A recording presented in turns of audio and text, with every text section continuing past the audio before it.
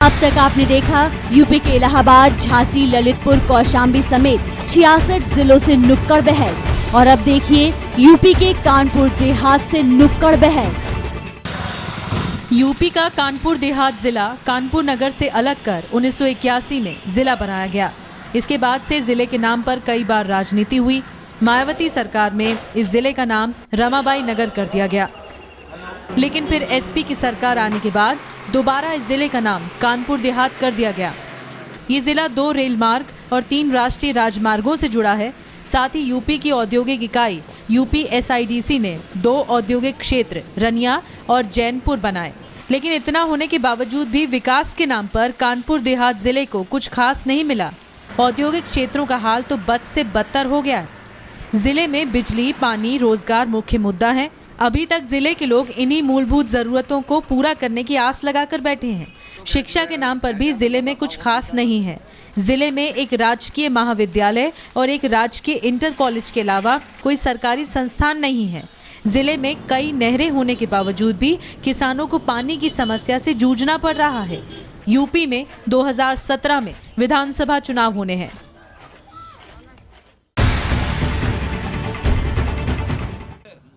नमस्कार, मैं हूं उमेश पाठक। एबीपी न्यूज की नुक्कड़ बहस के लिए आज हमें कानपुर देहात जिले में 3 दशक से ज्यादा का वक्त बीत चुका है इसको जिला बने हुए, लेकिन इसके बावजूद जो मूलभूत समस्याएं हैं वैसे ही बनी हुई हैं। सड़क, बिजली, पानी की दिक्कत है और तमाम और भी समस्याएं हैं। इन सारे मुद्दों पर बात करने के लिए हमारे साथ कानपुर देहात की जनता मौजूद है और साथ ही साथ तमाम सियासी पार्टी से नेता मौजूद हैं। रवि शुक्ला जी मौजूद हैं हमारे साथ भारतीय जनता पार्टी से, अमर सिंह पाल जी मौजूद हैं कांग्रेस पार्टी से और अभय यादव जी मौजूद है समाजवादी पार्टी से। सबसे पहला सवाल आपसे ही है कि जैसा कि इस जिले ने जो देखा है, जो इतिहास रहा है, नाम पर राजनीति बहुत हुई यहाँ पर। कभी रमाबाई नगर नाम रखा गया, कभी कानपुर देहात, कभी अकबरपुर की एक पहचान होती थी। आखिर ये राजनीति के अलावा विकास की राजनीति आपने 4 सालों में आखिर क्या किया यहाँ पर?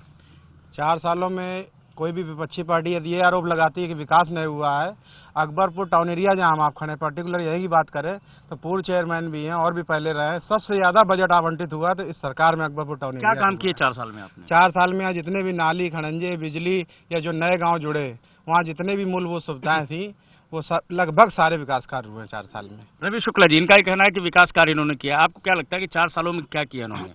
ये विकास कार्य तो कतई नहीं किया, विनाश कार्य पूरे क्षेत्र में चलता रहा है। किसी भी देहाती क्षेत्र में जो इसमें इलाका जोड़ा गया है टाउन एरिया में, उसमें 1 पैसे का विकास नहीं हुआ है। टाउन एरिया में माना जा सकता है कि टाउन एरिया में कुछ अपने अपने लोगों में, जहाँ सपा से समर्थित लोग थे, वहाँ कुछ न कुछ काम हुआ है। अमर सिंह पाल जी, देखिए, कांग्रेस पार्टी 27 साल से उत्तर प्रदेश में नहीं है और इन 27 सालों में 4 बार समाजवादी पार्टी, 4 बार बहुजन समाज पार्टी और 2 बार भारतीय जनता पार्टी यहाँ शासन कर चुकी है। इन 27 साल के पहले का अगर आप इतिहास उठा कर देखेंगे तो जितना विकास हुआ था उससे एक भी ढेला भर काम आगे बढ़ा नहीं है। कुछ लोगों से, जनता से भी हम बात करते हैं। आपको क्या लगता है कि कानपुर देहात के क्या मुद्दे हैं और उस मुद्दे पर किस तरह की सियासत की गई है? बिजली, पानी और यहाँ पे जितने भी मुद्दे हैं सब लोकल स्तर पे कोई काम ही नहीं हुआ है। यहाँ के चेयरमैन नहीं, यहाँ के विधायक जी ये अपने कार्यकाल में और अपने पास पैसा बढ़ाने में पड़े रहे हैं। अभय जी, इस सवाल का आपसे जवाब लेना चाहेंगे। इनका कहना है जो बुनियादी जरूरतें हुई, सड़क, बिजली, पानी, उस पर भी काम नहीं हुआ है और कानून व्यवस्था एक बड़ा मुद्दा है। आपकी सरकार हमेशा घिरती आई है।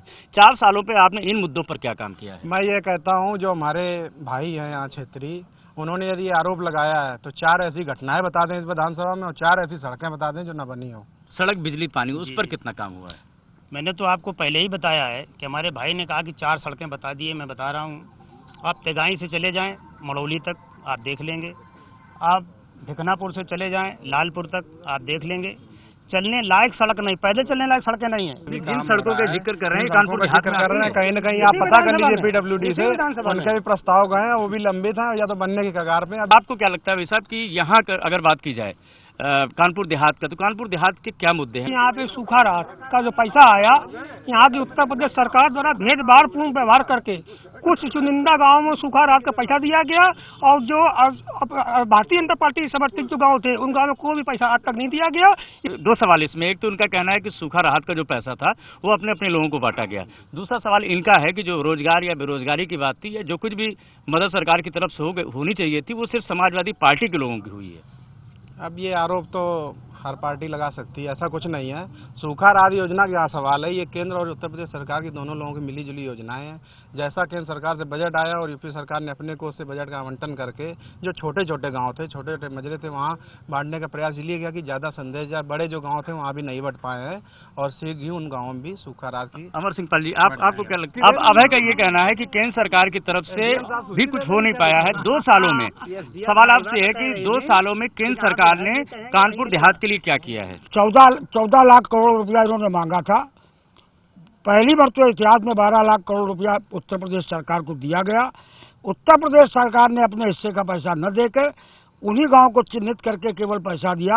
ये सूखा राहत का पैसा नहीं है। और जो पैसा इन्होंने बांटा वो केवल चिन्हित गांव में बांटा। इस सत्य जनता की तरफ रुख करते हैं कुछ। यहाँ पर मूलभूत आवश्यकता बिजली और पानी और जहाँ जो संपर्क मार्ग है गांवों के मुख्य मार्गों से जोड़ने की समस्या है। बिजली कितने घंटे आती है? बिजली हमारे यहाँ 2 घंटे से ज्यादा नहीं आती। चलिए इस पर जवाब लेते हैं। विद्युत का जहाँ सवाल है तो माननीय मुख्यमंत्री जी हैं, जो मुख्यालय के गाँव हैं और मुख्यालय के जो कस्बे उनमें 24 में से 20 घंटे देने का उन्होंने जो किया शासनादेश, उसी के अनुसार, उसी रोस्टर के अनुसार से बिजली दी जा रही बात कहीं ट्रांसफार्मर फूक गया है तो उसके लिए आपसे जैसे कह रहे हैं हमारे भाई, यदि चेयरमैन या कहीं जरूर शिकायत की होगी तो उसका त्वरित पालन किया जा रहा है हर जगह। आपने ग्रामीण क्षेत्रों में विद्युतीकरण के लिए क्या किया है? हमारे यहाँ जितने गांव चिन्हित किए गए थे वो सारे के सारे अलॉटमेंट हो गए और दीनदयाल विद्युत योजना के अंतर्गत उस पर काम भी हो रहा है। लेकिन जैसा जानते हैं, आप भी जानते हैं, पूरा समाज जानता है, केंद्र की आई हुई मदद को समाजवादी नाम देके काम कर रहे हैं। आज भी जिन गांव में हमारे विद्युती लग रहे हैं, बिजली लग रही है,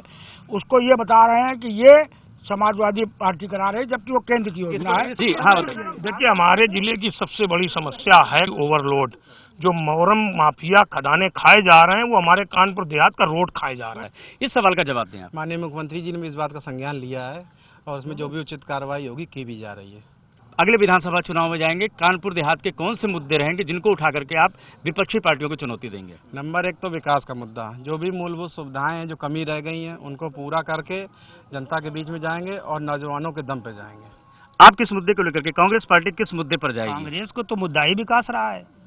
सुई से लेके जहाज तक जो भी इस देश में बन रहा है वो कांग्रेस ने ही किया और कांग्रेस विकास के मुद्दे को लेकर ही जाएगी। भारतीय जनता पार्टी किस मुद्दे को लेकर के विधानसभा चुनाव में जाएगी? भारतीय जनता पार्टी मोदी जी का जो